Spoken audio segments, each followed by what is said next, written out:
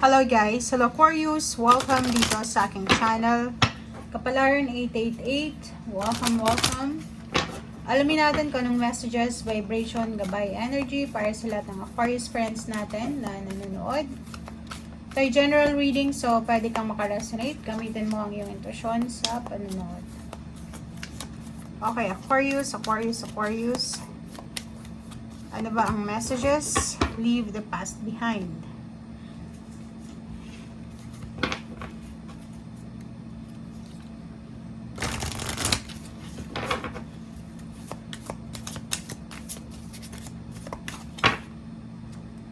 Oops.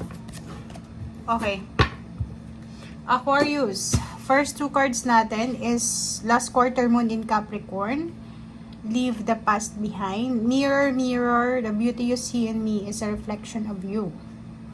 Okay. So, meron ditong mga Aquarius na siguro marami kayong naranasan na hindi maganda sa nakaraan. Like, yung buhay nyo siguro is yung sobrang hirap ng buhay nyo dati na walang sinong man ang gustong tumulong sa inyo. Instead na tulungan kayo, parang inabandon na pa kayo or siniraan pa kayo or paano pa man. May mga parang may mga revengeful siguro na mga tao sa paligid mo. Or ikaw mismo ito na nakakaramdam ng gusto mong mag-revenge, gusto mong maghigante sa mga taong gumawa ng masama laban sa'yo.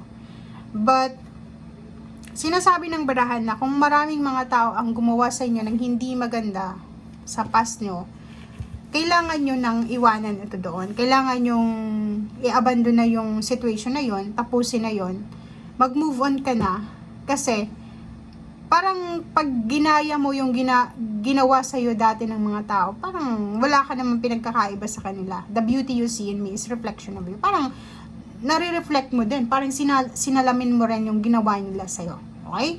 So, ang message na to is pwedeng past or pwedeng present or pwedeng kung ano man to, nakasalukuyan mong situation na may mga taong ginawan ka ng hindi maganda. And ang magagawa mo as a solution dito is mag-move on, i-let go yung situation.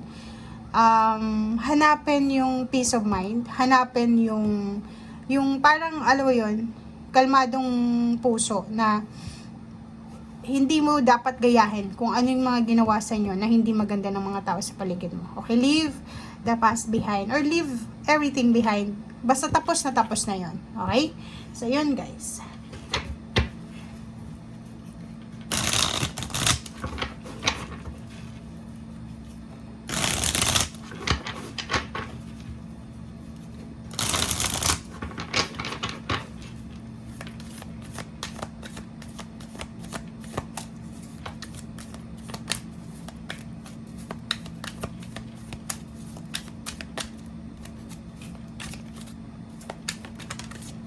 Okay.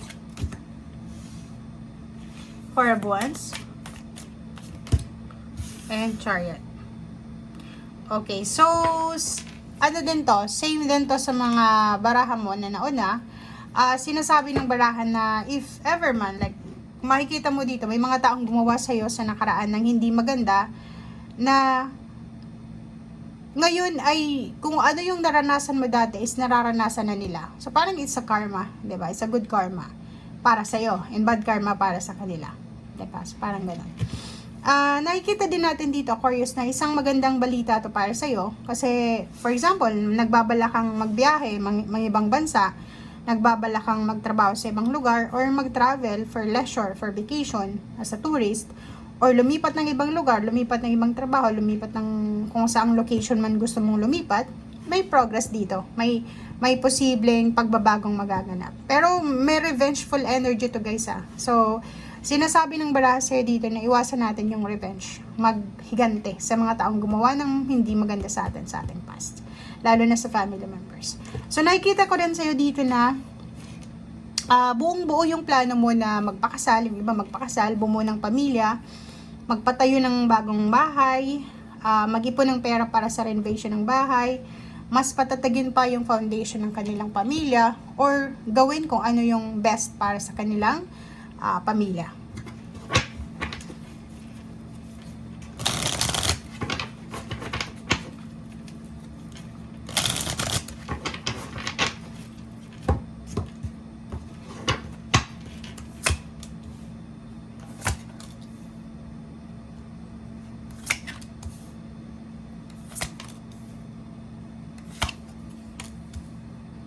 Okay. So, first card natin is may hinihintay ka dito. Like, siguro, nag-a-apply ka ng trabaho sa ibang bansa or gusto mo ng pagbabago kasi yun yung nakikita natin ditong baraha.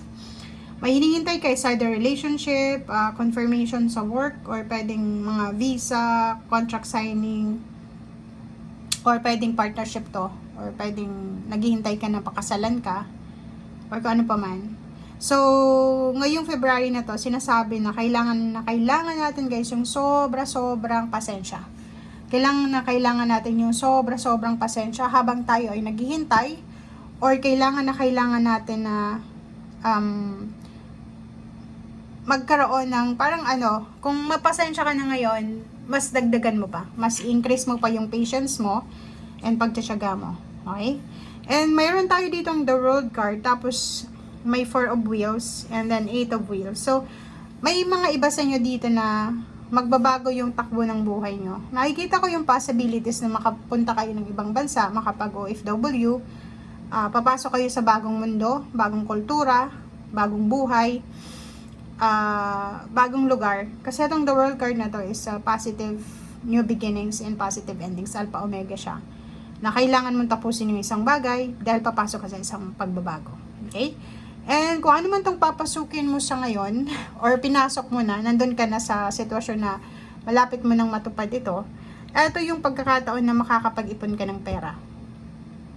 And ang trabaho ito ay posibleng mataas yung sweldo, may kakayahan ka ng makapag-ipon, may kakayahan ka ng makapag-pundar ng bahay, may iba sa inyong magpapakasal sa pare, may bibili ng sasakyan, may ibibili ng kung ano-ano ang kanilang pamilya. So, basta ang focus mo dito is yung family mo. So, kung ano man itong trabahong gagawin mo, it's either business, or kung ano man itong financial na new beginnings ang gagawin mo, eto ay nakafocus sa family mo. So, konting tiis pa, konting pasensya pa, kasi on the way na siya Nandito yung chariot Yung chariot is mabilis yan. Pero, parang mabilis yung galaw niya, pero sigurado. Okay? So, huwag tayong mawala ng pag-asa kasi on the way na yung blessings mo, on the way na yung success, yung stability and balance, ang abundance, yung savings, yung job, new career, new business, yung new world, 'di ba? And yung mga hinihintay nyo na yan, sabay-sabay yan na papasok sa buhay nyo. Okay? Thank you guys and see you again. Bye!